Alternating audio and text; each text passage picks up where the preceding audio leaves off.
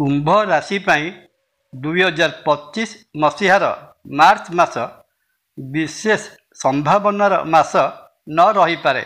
ग्रह मानकर गोचरीय स्थिति को देखिले जना जाए मार्च मासटी कुंभ राशि पाई विशेष फलप्रद हेब नाही। जय जगन्नाथ। नमस्कार। तपन डाइजेस्ट को आपण को स्वागत।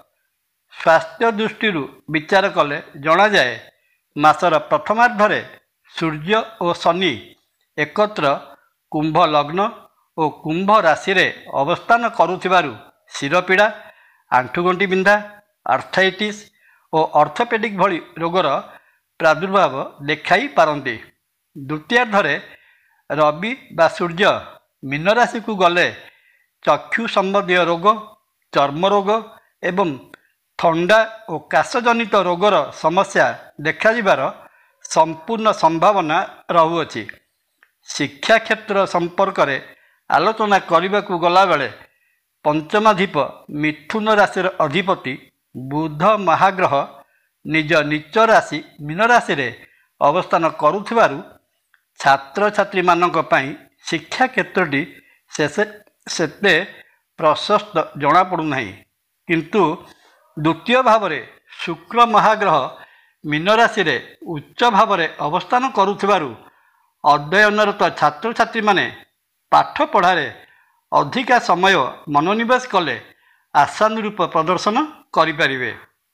आर्थिक दृष्टिकोण देखा गले धन और आय भावर अधिपति बृहस्पति महाग्रह कुंभ राशि ठारू चतुर्थ भाव वृष राशि रे रहिबा एवं वृष राशि अधिपति शुक्र द्वितीय धन स्थान रे उच्च भाव रे रहिबा धन भावर वृद्धि घटाइबे।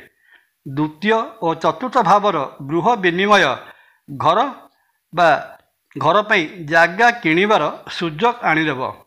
द्वितीय धन स्थान रे राहु और बुधंकर अवस्थिति धन प्राप्ति रे बेस सहायक हेउथिबा बेले राहु महाग्रहंक जोगु बाकी पड़िथिबा धन फेरी पाइबारे समर्थ हेबे।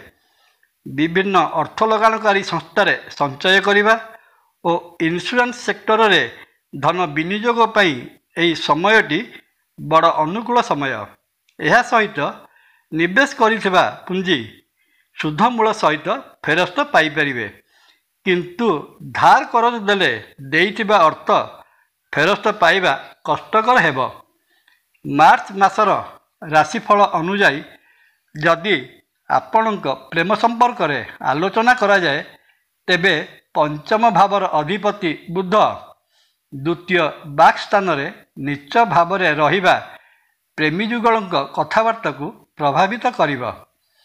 चा कप्रे झड़ सृष्टि होला परी सामान्य कथारे उभय अजथा कथा कही कलहरत होई पारंती। एपरिकी परस्पर प्रति आक्षेपमूलक शब्द प्रयोग करने को पछाइबे नहीं।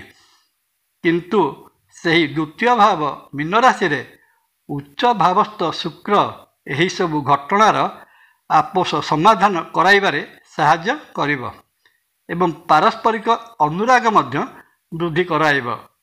पुरुष मानकर विवाह कारक ग्रह शुक्र महाराज होइथिबारु प्रथमे पुरुष बंधु प्रणय निवेदन सहित विवाह बंधन रे बांधी हेबा पाई प्रस्ताव दे पारंती। कर्मक्षेत्र बा क्यारियर भावर अधिपति मंगल महाग्रह कुंभ राशि पंचम भाव शत्रु राशि मिथुन राशि रे रहिबा कर्मक्षेत्र रे शत्रु भाव वृद्धि हेबार संभावना व्यक्त करुअछि। कार्यक्षेत्र रे पूर्वरु नेई आसुथिबा लीडरशिप बा नेतृत्व गुण सहकर्मी माने सहयोग करि न पारि असहिष्णुता प्रकाश करिवे। कर्मक्षेत्र रे असहयोग प्रदर्शन करिवे। क्रोधवशत आपण नेउथिबा निर्णय भूल बोली प्रमाणित हेबार यथेष्ट संभावना। तेणु आपण चाकिरिया होइथांतु बा व्यवसायी प्रत्येक कथा को भल भाव बुझी विचारी एवं अन्यमानक सांगरे परामर्श करी निष्पत्ति नेबा ठीक हेब। निजर कथा बा बाणी उपरे संयमता निहाती जरूरी। नहेले କର୍ମକ୍ଷେତ୍ରରେ କଥାରୁ ନଥା ବାହାରିପାରେ। ଅଯଥା ସମସ୍ୟା ଭିତରେ ଛନ୍ଦି ହୋଇପାରନ୍ତି। ପାରିବାରିକ ସ୍ଥିତି ଏ ମାସରେ ମଧ୍ୟମ ଧରଣର ରହିବାର ବହୁତ ସମ୍ଭାବନା।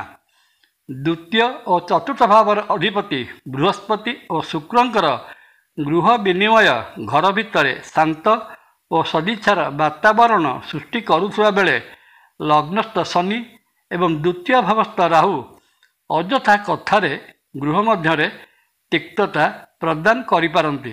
ଏପରିକି ଗୁରୁଜନମାନଙ୍କର କଥାକୁ କନିଷ୍ଠମାନେ ନଜରଅନ୍ଦାଜ କରିବା ବା ବେଖାତିର ମନୋଭାବ ପୋଷଣ କରିବାର ମଧ୍ୟ ସମ୍ଭାବନା ରହୁଅଛି। ତେବେ ବି ଦ୍ୱିତୀୟ ଭାବ ମୀନ ରାଶିରେ ଉଚ୍ଚ ଭାବରେ ଅବସ୍ଥିତ ଶୁକ୍ର ଘରେ ସାହାନାଇର ଶୁଭ ମଧୁର ଧ୍ୱନି ଶୁଣାଇପାରେ। ମାଙ୍ଗଳିକ କାର୍ଯ୍ୟ ପାଇଁ ପରିବାରରେ ତତ୍ପରତା ପ୍ରକାଶ ପାଇବ। ଟଣା ଓଟରା ଭିତରେ ସପରିବାର ଭ୍ରମଣ ଯୋଗ ରହୁଅଛି। ତେଣୁ ମୋଟାମୋଟି ଭାବରେ କହିବାକୁ ଗଲେ କୁମ୍ଭ ରାଶି ପାଇଁ ପାରିବାରିକ କ୍ଷେତ୍ରରେ ମାର୍ଚ୍ଚ ମାସଟି ଅନୁକୂଳ ଫଳ ପ୍ରଦାନ କରିବାର ସମ୍ଭାବନା ଅଧିକା ଦେଖାଯାଉଛି।